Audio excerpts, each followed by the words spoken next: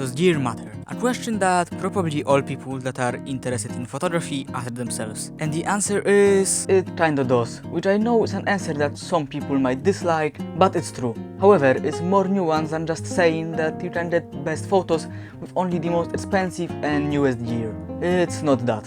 I also won't try to tell you to buy new gear. I just want to talk about why I believe that the saying gear doesn't matter is not 100% accurate. So, to give a little context to what I'm saying, photography is a hobby that's connected to a technology, whether it's chemical with film or electrical with digital. And during the early days of photography, gear mattered a lot more than you would think. I will say it in simple terms because the history of photography is rather long. I mean, Jesus Christ, this book, as far as I'm aware, doesn't even touch on digital, but I'm getting distracted. Where were we? That's right, technological improvements. So, have you noticed that on early daguerreotypes, there are basically no people in photos? Why is that? Well, the answer is rather simple. Sensitivity. Shutter speed had to be extremely high to take even a well-lit photo. So, improvement was needed there.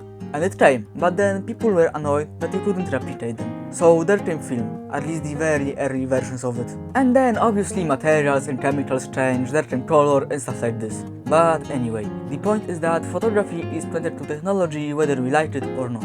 But that's the simple stuff, because it's easy to talk about autofocus, noise handling and stuff like that, but it's hard to explain why someone should care about it. Quick info, I will assume that you shoot digital. So, the most common thing that is in support of gear not being important is the fact that you won't get better at photography with just better gear.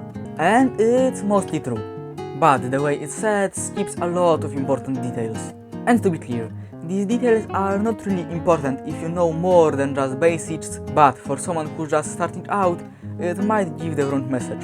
So basically, for different genres and stuff like that, you need often different and often expensive gear. But then again, that is also not telling the whole story, because with a budget DSLR and a cheap lens, you can still take great wildlife photos. However, at a certain point, it will get annoying. And that is the point that I want to touch on here. Cheaper cameras are great if you are on a budget, obviously, and when you are starting out. But after some time, you will start feeling the limitations.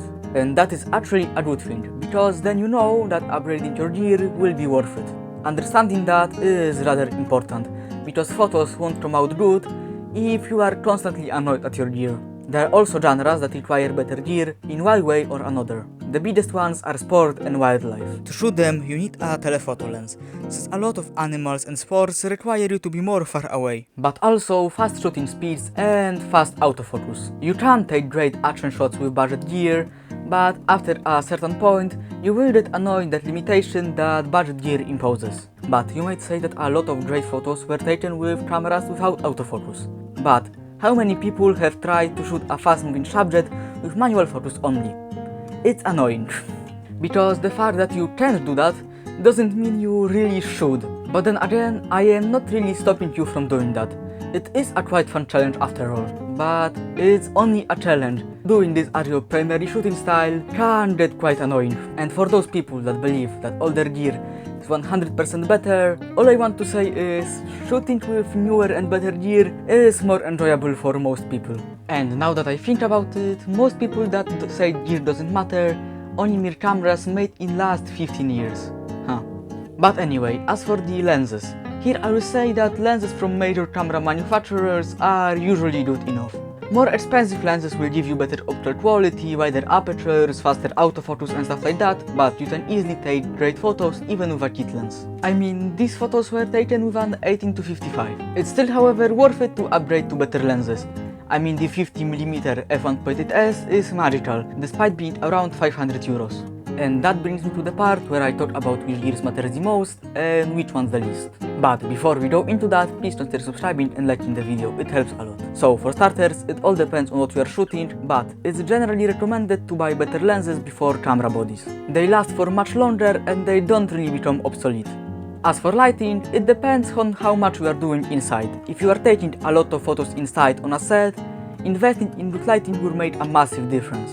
But if you're like me and you mostly shoot with natural lighting, investing in better lenses or even filters will give you a much better results than buying shit ton of lights. Just get a flash with some diffusers if you are serious about macro and a small LED, and you will be set.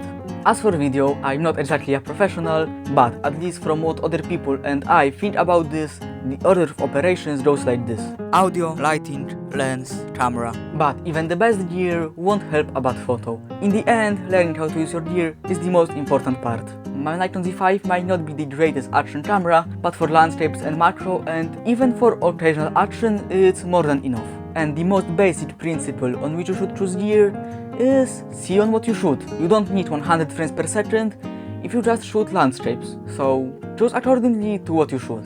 And that's kind of all I wanted to say about this topic. See you in another video. Bye.